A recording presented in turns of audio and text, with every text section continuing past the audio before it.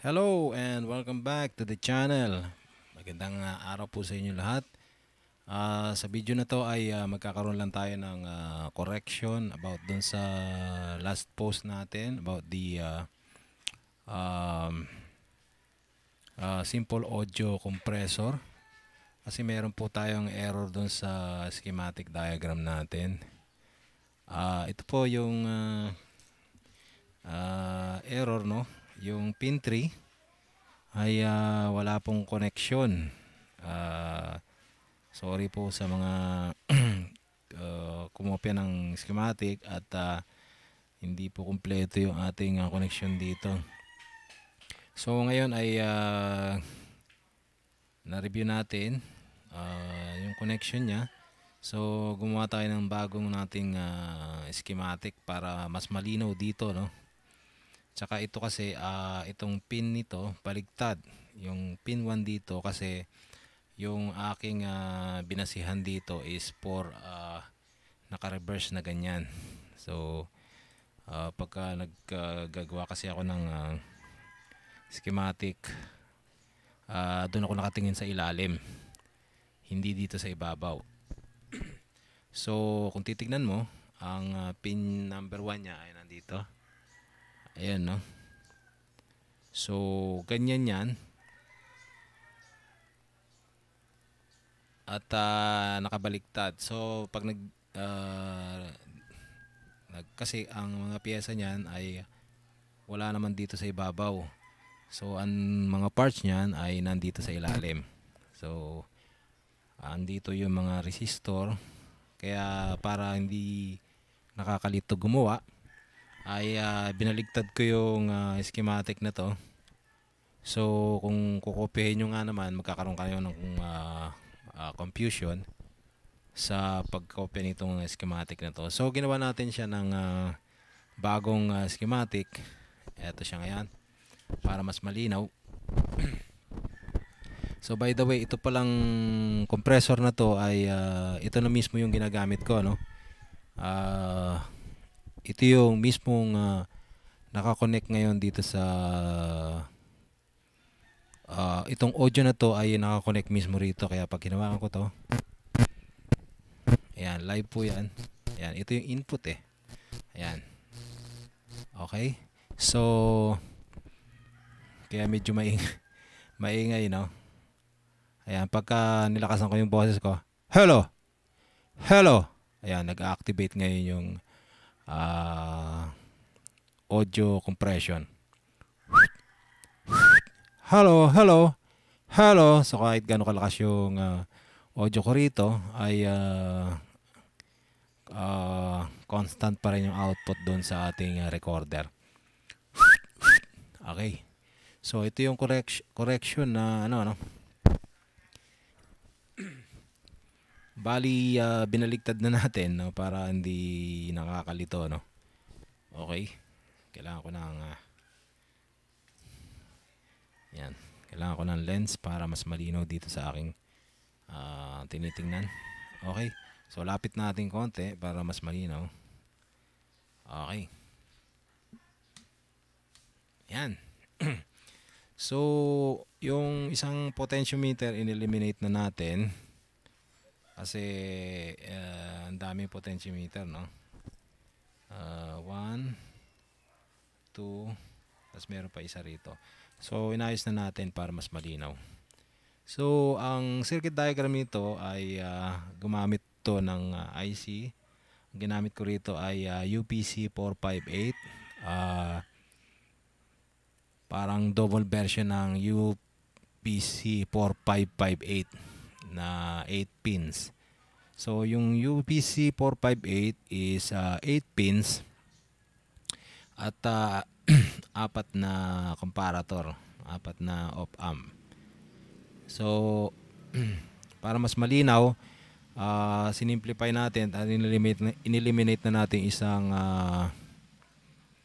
potentiometer. So meron siyang potentiometer sa input para mabalance kung ano man yung ini-input natin. Halimbawa galing sa line in or mic or preamp, para mabalance natin at hindi ma-overload yung pasok dito. So meron siyang gain control na 100k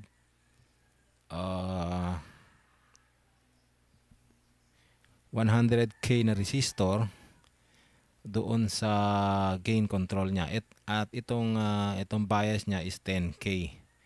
So ito yung pinaka pre-drive galing doon sa audio in. So papasok ngayon yung out nito, papasok na mismo dito sa input ng comparator, which is very high impedance.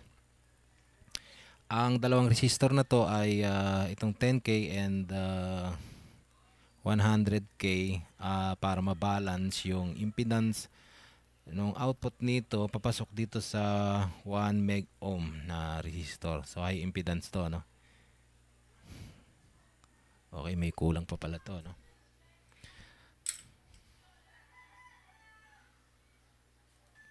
So yung input nito ay very high impedance. Doon nakatap yung light dependent resistor o yung LDR.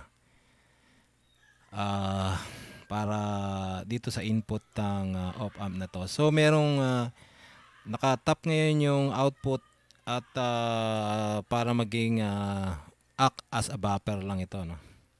And then yung output nito, wala pa lang connection, no? Lalagyan natin and then pasok siya rito sa susunod na op-amp. Okay, lagyan natin ng tapos itong dito siya nakatap sa input ng okay, yan.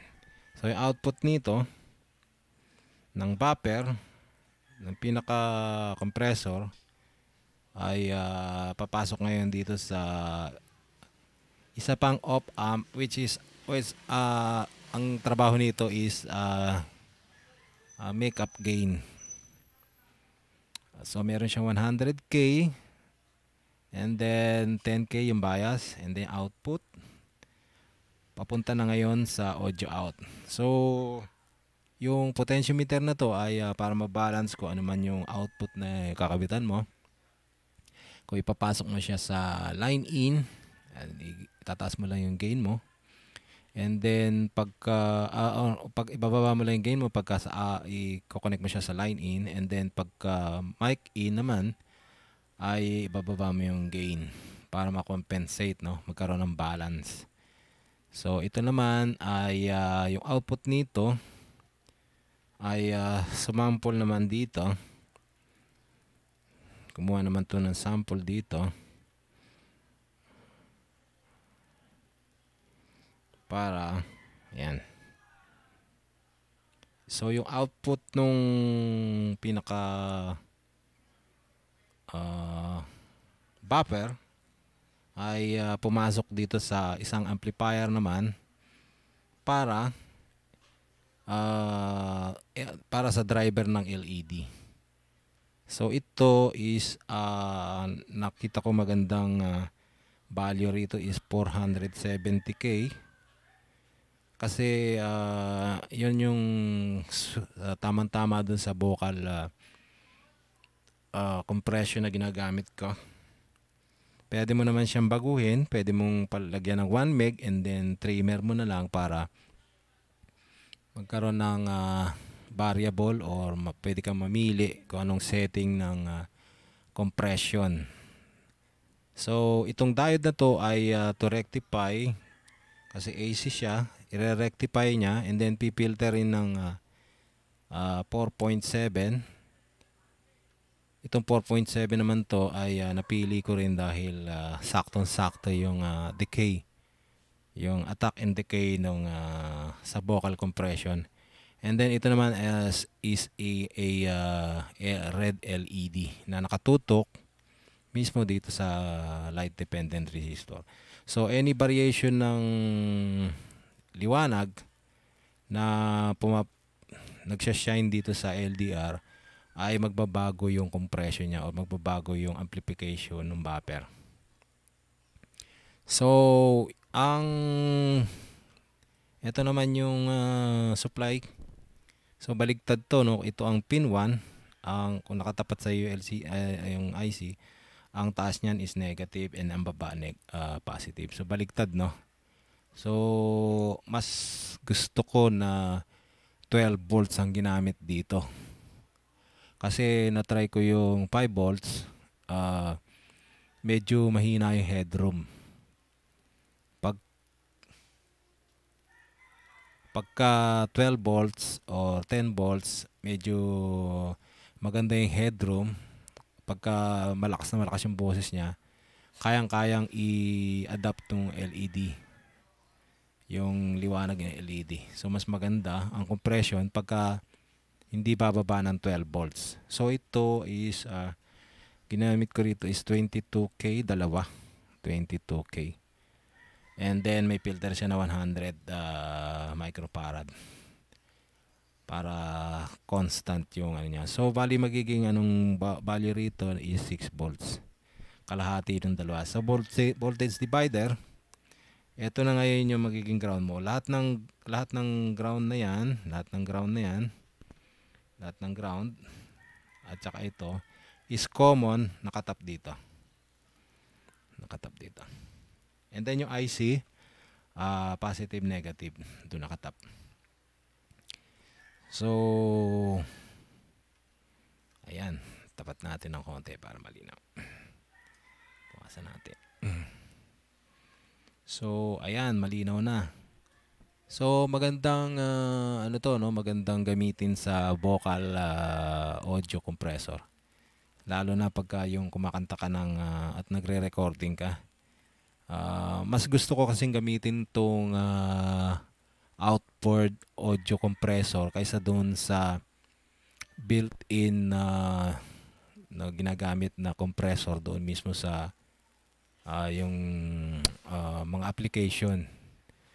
Mas bago mo pa lang siya i-record ay controlled na yung clipping, kaysa nag-clip siya and then aayusin mo sa digital workstation mo, hindi na ganun ka hindi maganda, basta ganun ang hindi mas maganda kung may outboard ka na audio compressor bago mo siya i-record. So ito, kahit na malakas o nalaglag yung microphone, ayan, kahit na gaano kalakas yung hindi siya nagpipik. Okay. So ayan lang yung modification natin dito sa gamit natin ngayon na audio compressor. So kung titingnan mo, ito yung dalawang LED and LDR, nakatapat siya, and then naka-encapsulate siya sa isang maitim na para yung external light hindi pumasok doon at hindi siya maapektuhan. So ayan, naka-shield siya. And then ito naman LED na nakikita nyo rito. Check. Ayan, milaw, di ba? Yung LED na yan, nag-tap lang ako dito ng panibago para as in monitoring. Pwede kayo mag-tap dito ng isa pang LED for external monitor. Ayan. Na, ito yun dito. Ayan. So para makita nyo kung gumagana yung compression, kasi doon siya nakatap. Pag umilaw to, ganun din ang ilaw niya doon sa loob. So sabay silang umiilaw. So hindi naman siya kumukuha ng ganun kalakas na current para maapektuhan yung compression. So tamang-tama lang siya as a monitor. So ayan, live. Ayan, yan yung ginagamit natin ngayon na mismo nakakabit siya sa circuit. So meron akong ginagamit dito na reverb processor. Lagyan natin ng konting effects. Hello, test. Audio check. 1, 2. 1, 2. Test. So sa susunod na video, bigyan ko kayo ng mga sample ng mga cover na ginagawa natin dito sa simple audio compressor na to. para makita nyo yung kung ano yung ginagawa niya sa vocals. Kasi ang pagka wala ka kasing compressor bago ka nag-record, mahirap i-fit in yung vocal mo sa backing track. So pagka hindi naka-compress at hindi naka-level yung audio mo, mapapansin mo na yung audio ng basta yung buong kanta na ginawa mo sa cover song mo, hindi nagpipit yung kanta, yung mismong boses mo dun sa backing track. So pag kinamitan mo siya ng compression, mapapansin mo naglalak yung para siyang record talaga. So ang pinakasikreto lang talaga pagka naggumagawa ka ng cover song ay itong audio compressor para mag-latch or mag-match yung vocals sa mga backing track. So yun lang, no? Maraming salamat sa inyong panonood. Correction lang para sa dati nating pasensya na sa mga nakagawa na at kumopya ng mga circuit diagram. Ito po, meron na tayong bago. So, kopyahin nyo na lang yan, gamitin nyo para magamit nyo kung saan man. Pwedeng sa karaoke, pwedeng sa recording, or sa anumang bagay, sa drums, pwede rin gamitin to. So, very effective at subukan na rin. So, maraming salamat sa inyong panonood. Magandang araw at like, share, and subscribe.